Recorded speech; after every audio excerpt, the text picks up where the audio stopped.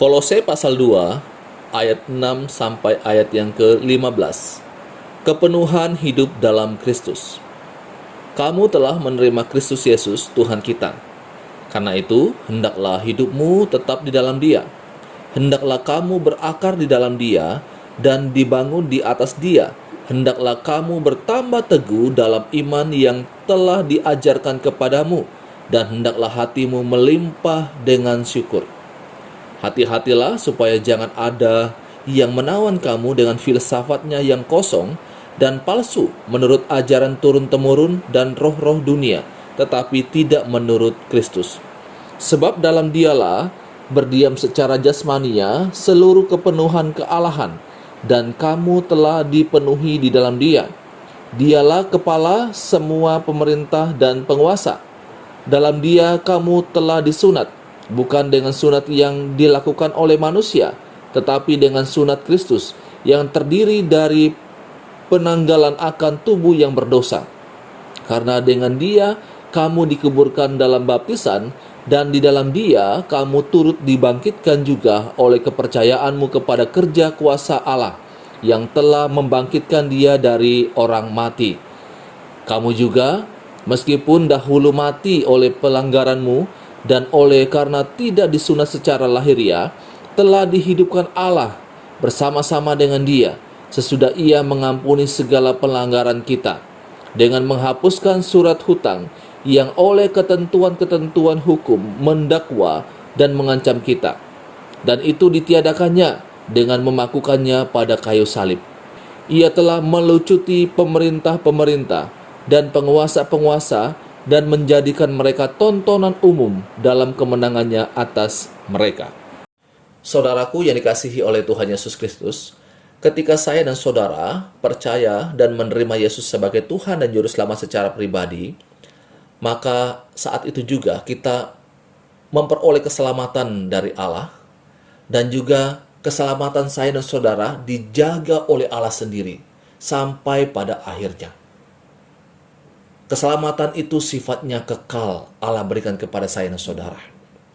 Nah, saudaraku, kemudian dalam hal seperti ini, ada sebagian orang kemudian berpikir, kalau keselamatan itu sudah saya terima daripada Allah, saya sudah memperoleh keselamatan itu dan bersifat kekal.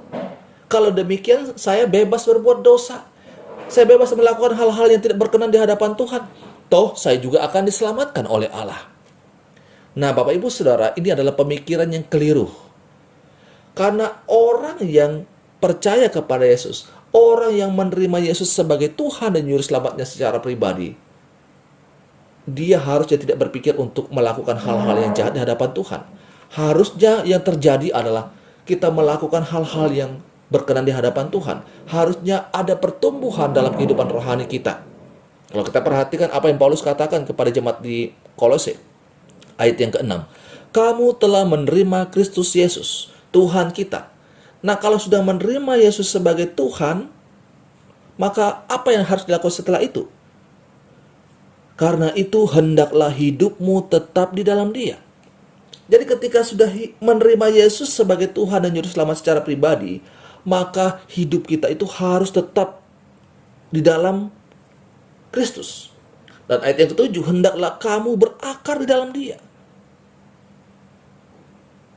Jadi saudaraku, orang yang telah menerima Yesus sebagai Tuhan dan Juru Selamatnya secara pribadi, harusnya ada kerinduan untuk bertumbuh secara rohani, terus mengalami pertumbuhan, pengenalan akan Tuhan, merindukan untuk selalu tinggal di dalam Tuhan.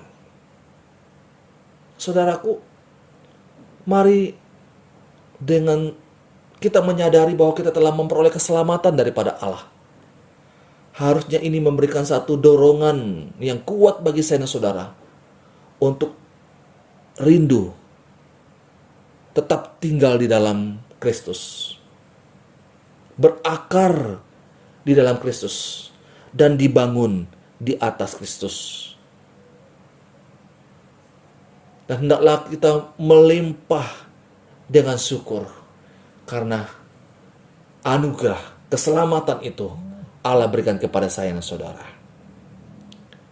Kiranya pembacaan firman Tuhan pada saat ini menolong kita semakin bertumbuh di dalam Kristus.